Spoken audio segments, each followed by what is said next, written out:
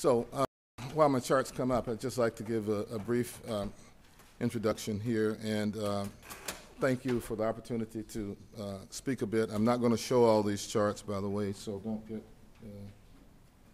concerned about the time here. But I wanted to, I'm going backwards here, excuse me. Okay, so when Kaveh asked me to do, and Jalal asked me to do the keynote, I wanted to sort of put things in context from some of the work that NASA has done in the past and discuss some of the lessons that we've learned and some of the applications, and my discussion will be more from a user and applications standpoint and technology development based on the requirements and needs from NASA and the unique requirements that arise from trying to do technologies regarding the space program. Our issue with wireless networks and physiologic monitoring has stemmed from the fact that our astronauts are not close by, that you can connect them by wire. When they're in space, they're 200 miles up, and they, some of the pioneering work that's been done has been trying to understand the health and conditions and welfare of our astronauts in space and the unique and hazardous and extreme environment of space. So with that, first I'd like to describe my function as Chief Technologist at NASA Ames Research Center is based on the fact that the agency a year ago established a Chief Technologist for the agency, Dr. Bobby Braun, that came from Georgia Tech. And that whole idea was to stimulate the new ideas and new technologies and stimulate technologies that will be needed as we go beyond the space station era, and what technologies do we need to develop and create for life beyond low Earth orbit. We go back to the moon, go to asteroids, eventually to Mars and other areas, and they pose unique requirements and needs. The Space Technology Program is organized in three areas: early stage innovation, game-changing technologies, and cross-cutting capabilities. And if you're familiar with technology readiness levels, this sort of evolves from low advanced development through mid-stage technology maturation to final technology demonstration, and reduce the risk and advance these technologies to a point where they're usable in an operational scenario. And there are a lot of technologies there. I don't have time to go through a lot of them, but I would like to just point that there is a technology and innovation flow down. There are requirements. It's not sort of blue sky to just think of any technologies. There's a reason. There is, within the Space Technology Program, and I particularly circle a couple of areas that are of interest for this workshop: space health and medicine, in terms of the grand challenges that the agency has identified, and also the agency has identified 14 technology areas that are critical, sort of the work breakdown structure, a technology area breakdown structure for technology development. And I think the most critical one for this is human health, life support, and habitation systems, and there's a whole list of other areas that address that. At NASA Ames, we have identified about 10 technology expertise areas and emphasis areas of Ames. The one most critical of this is human and robotic exploration technology, and we have embarked on several strategic initiatives that begin to address and utilize these pockets of technology expertise to apply to certain areas. And one of them I wanted to highlight for Jalal's benefit here, disaster and homeland security monitoring, is something that we've been looking at for many years, but is still continuing. So with that, I'd like to go into the specifics for this particular workshop. About 15 years ago, I got involved with medical monitoring. Originally, my area was in implantable biotelemetry. I managed the cardiovascular lab at NASA Ames for about 10 years, where we did research to understand the effects of space on living systems by doing physiologic monitoring, implantable systems, and so forth.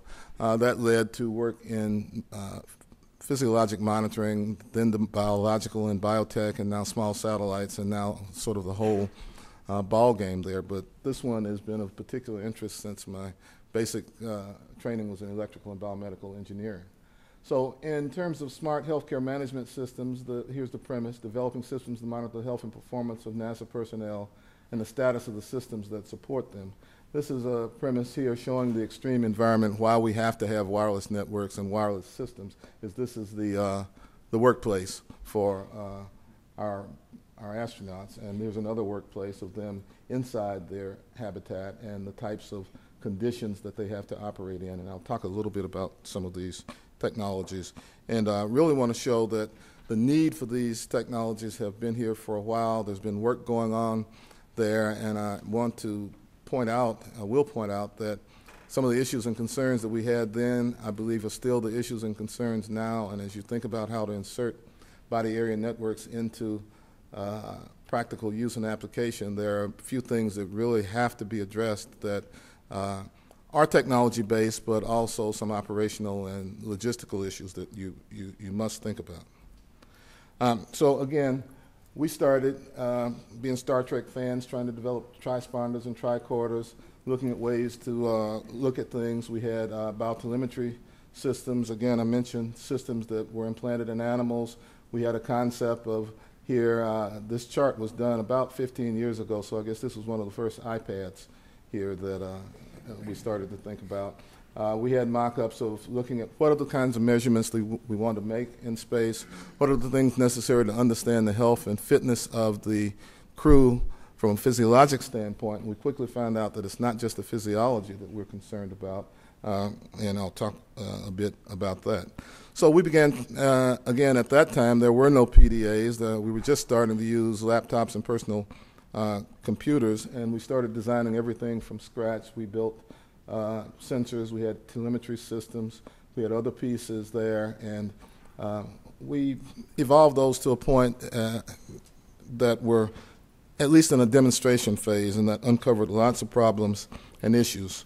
Another area that we worked in was in implantable biotelemetry. Here's an example of the fetal biotelemetry system that we developed in about 1995 or 96. And began to work in collaboration with the UCSF, University of California, San Francisco Fetal Treatment Center to monitor. The approach for this was to understand the onset of preterm labor and to try to work to prevent that by measuring pressure, and eventually we hope to measure pH as well, which were indicators for preterm labor.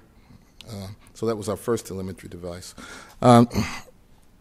The next area that we did with astronauts who had a concern about measuring core body temperature, and I won't mention and describe how they measured it initially, but the astronauts were very happy when the ingestible pill came around to be able to measure core temperature, and we provided those. Actually, a commercial device, the commercial core temp system that was originally developed at Johns Hopkins Advanced Physics, APL, and we matured that and actually just did the packaging and the provision of the technologies and the hardware for that. And this picture kind of overlays some of the ideas of where we thought it could go with having monitoring systems that could measure both the internal system combined with the external parameters, your ECG, your pressure, temperature, and things you could measure with surface electrodes. And that then led to what I would consider the smart healthcare monitoring system. And we found that in addition to the physiologic monitoring, if you go to the hospital or to the doctor, your physician takes your physical measurements, but they also take blood samples and other samples and send them to a clinical lab and tell you to come back in 2 weeks to when they get the results back, or sometimes in a day when they get the results back from the lab. If you're trying to make smart decisions and closed-loop decisions, you can't wait for that. So in addition to measuring physiologic conditions in a closed-loop environment and a hazardous environment of space, we quickly found that you need to measure the environmental parameters as well as the clinical parameters and bring those into a way that you can communicate those either locally, if you want to close the loop, to some type of communication system, to a data management system, to some type of decision assistant and a controller to do a closed loop. The concern for closed loop is not so critical if you're in low Earth orbit in the station, for instance, you're 200 miles away. But if you start getting to the moon and Mars and things like that and thinking about that, you have a latency of 6 to 20 minutes before sending a signal there and sending it back. So if you're going to do some kind of decision, you're going to have to close that loop. And so one of our thoughts was, how do you close that loop? And of course, communication is a major issue. Telemedicine has emerged as a way to think about those. We started looking at all the different ways to connect things, from your implantable devices to external devices, and at this time there are a myriad of standards and technologies, Bluetooth, USB, frequency hopping spread spectrum, infrared, other direct RF telemetry, hardwire and connections. All of these were sort of a mix of the different kinds of technologies that were available then and are still available now. And when we start thinking about body area networks, a lot of the commercial systems and other systems interconnect in various ways of this. And so one challenge for our information systems and networks is how do you process and interconnect all of these? What are your standards and what types of ways do you work to handle those? So we tried different things. About 2000, the IPAC was out, and we tried to use that with 802.11 and started to put this whole system together. We did demonstrations. Of course, our concern is in the space environment, and even using a combination of hardwire and wireless.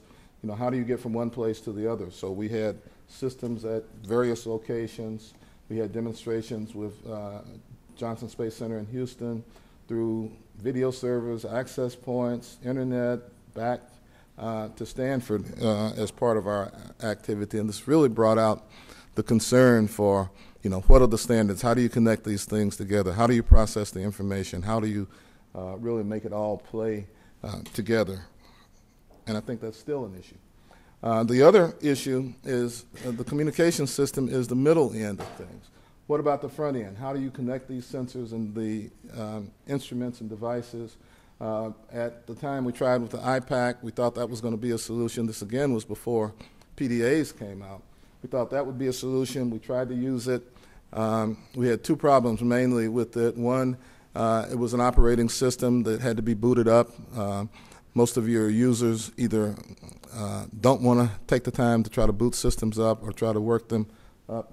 The other issue is the thing had a USB connector that was fairly, it's the same USB connector. So in an operational standpoint, when people are moving around, that connector comes apart. It's not a way to keep it connected and minimize the artifact. So we started to develop our own instrument that we call the Crew Physiologic Output Device, and we started to look at commercial devices. This is a company that was in Britain, Nexan, that had an ECG and respiration sensor that had a pattern with the sensors built into the device, so that you didn't have to have a lot of training to overlay it and place it in the right or near correct position. So we worked that, but that, of course, that system didn't have all of the parameters that we needed. So if you wanted to do other things, we had oximeters, we had blood pressure devices, and other systems. All of these in the front end are issues that cause some operational logistics problems in trying to get them all connected together. Also around that time, we began working with the Natick Soldier Center here in the local area and the Army, and we had a collaboration called the National Protection Center that was NASA, the Army, and the National Institute of Justice, because the same issues abound for multiple areas. Monitoring the health and condition of your operational personnel in extreme and hazardous environments, whether it be space, whether it be the military, whether it be the Justice Department and other areas, and how do you make these work when their business is not really how to put these things on and how to make them work and keep them operating properly, but their business is to really take care of other things that are really critical, and they don't want to take time to put these things on, to make them work right, to get the information, and again, going back to that point of decision analysis. And then how do we test it? So we took our system and we tested it in a myriad of environments. This is a human-powered centrifuge looking at 1G simulation and microgravity simulation. If your concern is blood flow to the head, if you lay a person flat sideways, blood flow is uniform, so you don't have pressure gradients from that standpoint. And we had the system connected, hardwired. We had Bluetooth connections, and as this thing started to rotate, you found it working fine, but then you had dropouts every time it went to a certain point. And how do you manage and mitigate those? We also took systems to mountaintops and underwater applications and parabolic applications, And again, the problem was not the measurement, but keeping things, minimizing artifact, keeping them attached. You go into a cold environment, and people start sweating. And so you have issues there of trying to have things that were designed to work in a cold environment, and they're sweating, they're moving around. How do you keep them in place and keep consistent data? How do you transmit from the mountaintop going through satellite connections? So we've gone from the mountain through Inmarsat links and other types of areas. Just an idea of a lot of the things that were done. And this was about the 2003 to 2000 to 2005 kind of time frame that these things were done. Around the same time, just thereafter, Ames had started a program in wireless technologies for space in about the 2000 to 2005 time frame, and began to look at standards. Zigbee, TCP/IP, lots of different kinds of technologies there, wireless sensors for health applications in health and wellness, looking at some of the issues that I think you're starting to think about and continuing to talk about in the band activity. How do you develop the sensors and look at the whole system, all the pieces necessary to make this happen. And again, those were tested in many places. The first wireless LAN in space was done in 1996 on STS-96. And then there's been work in Mars simulation areas, various types of areas. And again, our issue has not been the ability to make the measurement, and sometimes not even the communications path, although communication is an issue, and you can work and think about a lot of these things of latency and communications and interferences and other kinds of things. But it gives us a great environment to try to test a lot of these things. And then the Natick Center and DOD has had interest in the warfighter physiologic status monitoring, and they have quite a few different things that they were interested in: EEG, oximetry, noise, positioning and dead reckoning, a whole range of things, and a whole range of physiologic consequences of concern. And you think about this from a warfighter standpoint, and you look at it and you can overlay almost absolutely the space and the homeland security and defense issues, as well as some of the medical conditions in operational concerns, emergency situations, and so forth. A lot of the same issues, I think, are of concern in all of these places. EVA and extravehicular and intravehicular activity for physiologic monitoring to keep the crew safe and healthy in those environments. A large number of parameters. Sorry, this chart didn't come through here, but I don't want to go through a lot of the details just to show you that there have been concerns of all of these types of measurements. And the big issue that came back was, how do you make these measurements? And our medical operations officers eventually arrived to the point that all they really wanted to measure was heart rate. So they went into a big area to try and measure just heart rate, not even ECG or diagnostic ECG, but just heart rate. And that posed lots of challenges as well in those areas. These are some of the requirements. These are some of the kinds of sensors and systems that we've done on Apollo, on Shuttle, on Space Station, the packages of electrodes as the front end, which are the front end still for any type of system in your body area network. You still have these types of front ends to be concerned with. And they've funded quite a few SBIR kinds of issues, looking at various types of technologies. This is a company called Nix that makes, again, the same type of attachment systems. Nanosonics has a technology called lightweight metal rubber. Orbital is another company that makes different devices. We've tried a lot of these different devices, and the bottom line that came out about this is that a lot of these systems depend on perspiration and moisture to make their attachment and contacts. EMI can disrupt the signal. A lot of them don't have local display. You don't want to have buttons on the device that can be accidentally toggled by users who are not familiar with how to work. Sensors only the front end. All the other factors contribute. Motion artifact is still the problem. Even wireless is an option, and it's something that has to be considered, but a lot of technical issues still remain, and hopefully the body area network community will address some of those, and so forth.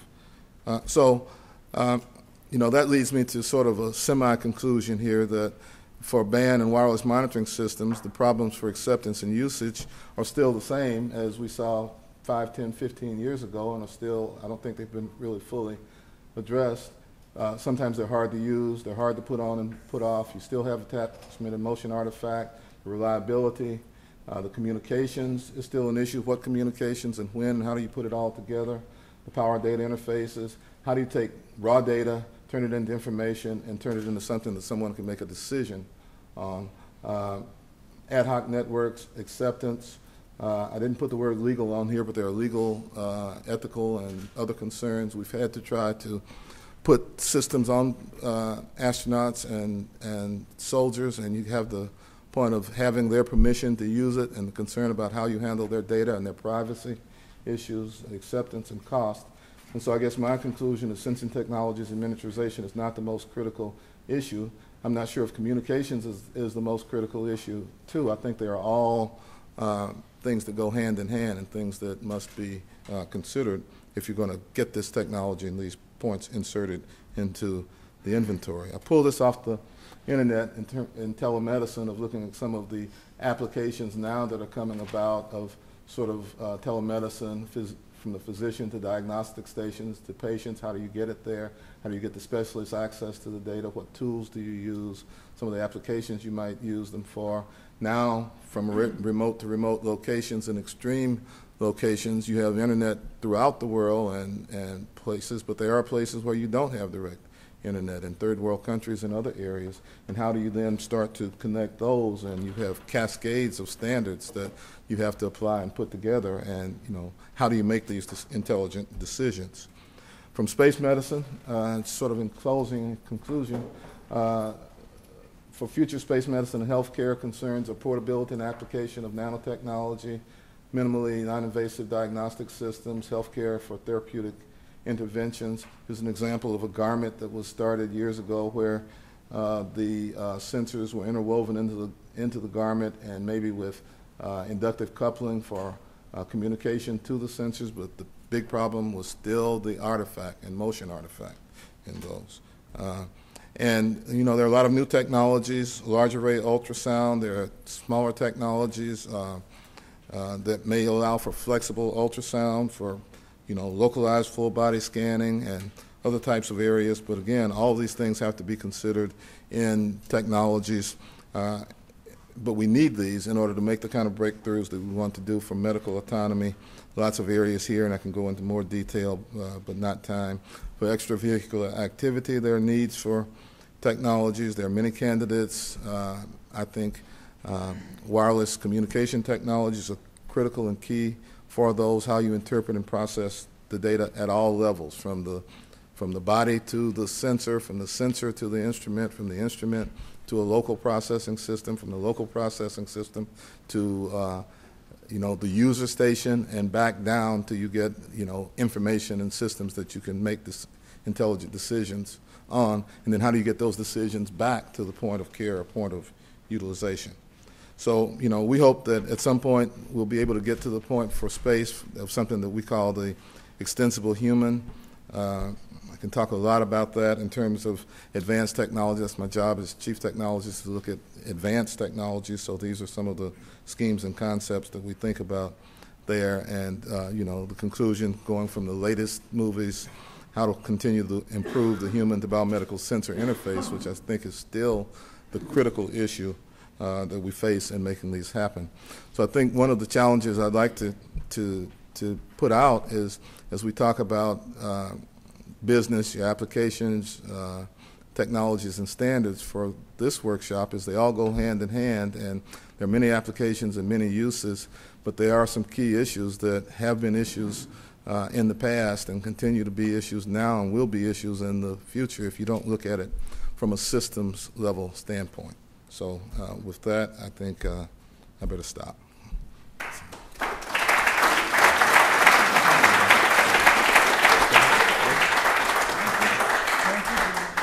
Thank you for the inspiring. Good start off for the thing. I think we are open for a couple of questions, maybe, from the audience. Any questions? Yes, sir.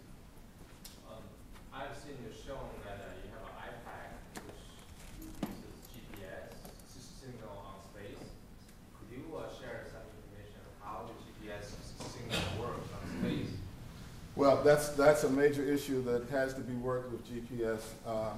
The iPad and iPad and some of there's an effort in our small spacecraft area to look at the Android type system as a core of a satellite system.